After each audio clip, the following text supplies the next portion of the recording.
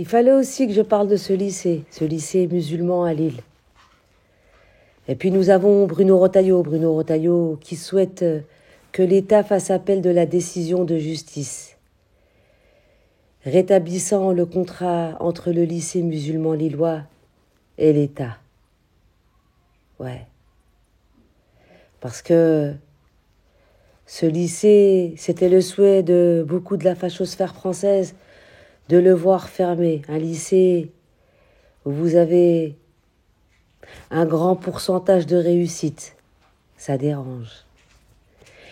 Les musulmans, quand ils travaillaient dans les usines comme Peugeot et Renault, quand ils faisaient les ménages ou faisaient la plonge dans les restaurants, ça ne dérangeait pas.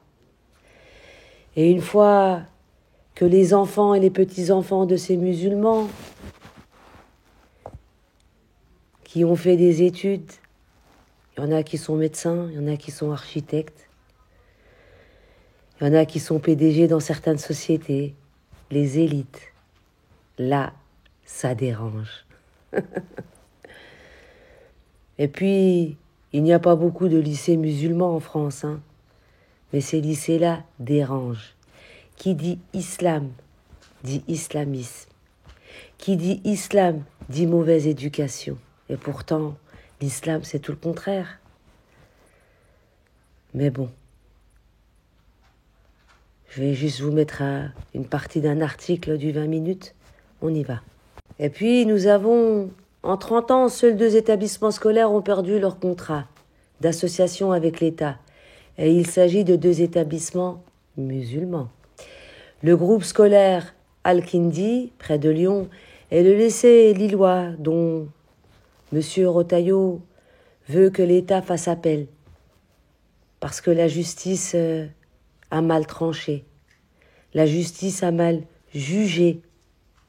Comme ça plaît pas à certains politiciens français, donc on incite à faire appel.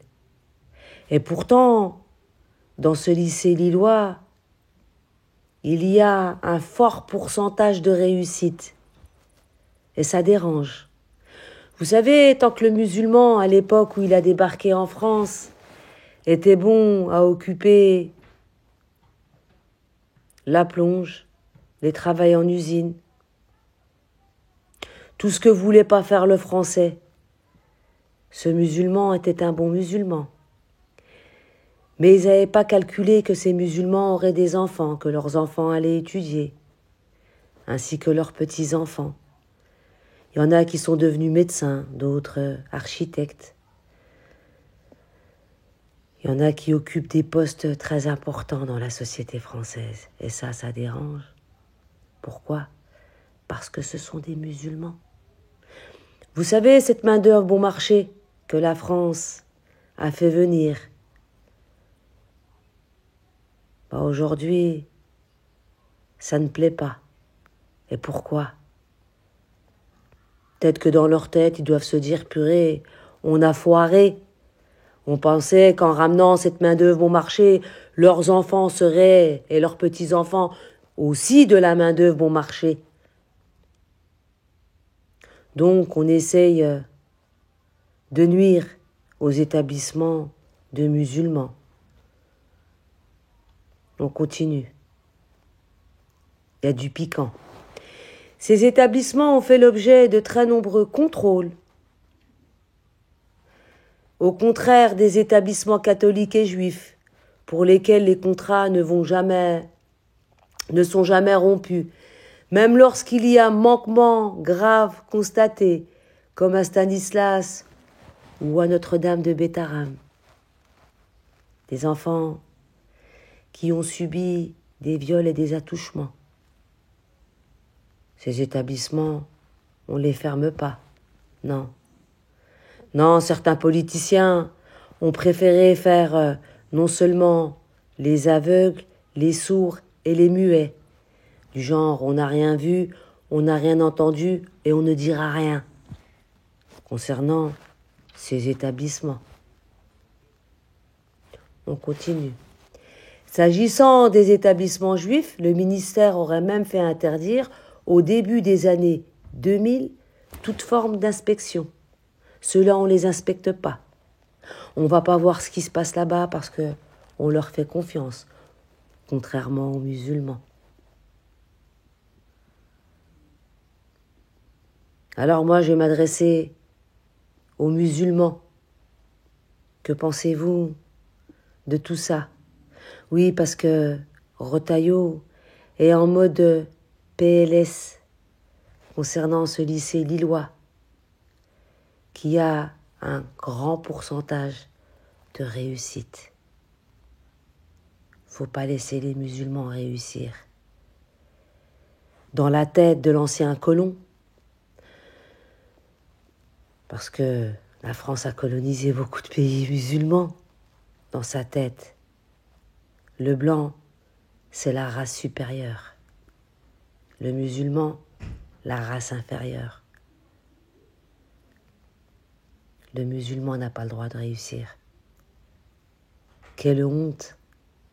Nous qui, soi-disant, leur avons apporté la civilisation. Oui, parce que en allant piller certains pays musulmans, certains États français prétendaient qu'ils allaient apporter la civilisation pour aveugler les citoyens français et leur faire croire que la France, c'est la sauveuse de beaucoup de pays. Bon, bref, je vais vous mettre la vidéo de Retailleau. En tous les cas, j'espère que la justice restera sur sa décision, c'est-à-dire de laisser un lycée musulman où il y a un grand pourcentage de réussite. Et ça dérange. On y va. Un contrat d'association ne dépend pas du ministère de l'Intérieur, mais du ministère de l'Éducation nationale, a indiqué hier qu'elle se réservait le droit de faire appel. Bon, pour ce qui me concerne, moi je pense que, évidemment, et je souhaite que ce soit le cas, et que l'État fasse appel. Maintenant, je voudrais être plus précis, pour redire que les faits sont graves. Que les faits sont graves, qu'ils sont significatifs de ce que je viens d'appeler l'entrisme islamisme, que je veux combattre avec la plus grande fermeté. Et le lycée Averroès est pour nous un bastion de cet entrisme. Et un entrisme qui, en plus, s'attaque à la jeunesse. On a dans des établissements qui devraient être des sanctuaires, des jeunes consciences qui se construisent. Bien. C'est pas l'avis simplement du ministre de l'Intérieur d'aujourd'hui.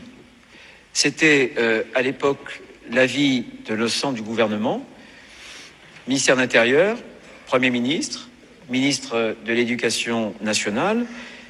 C'était l'avis, c'est toujours l'avis. Avant de venir ici, j'ai appelé Xavier Bertrand de la région Hauts-de-France. C'est l'avis de la commission consultative qui, à l'époque, s'était prononcée favorablement sur l'interruption de ce contrat. La décision date du 27 novembre 2023, là encore pour la résiliation du contrat d'association. Et ça a été d'ailleurs l'avis à 2 reprises, en référé bien sûr, en référé.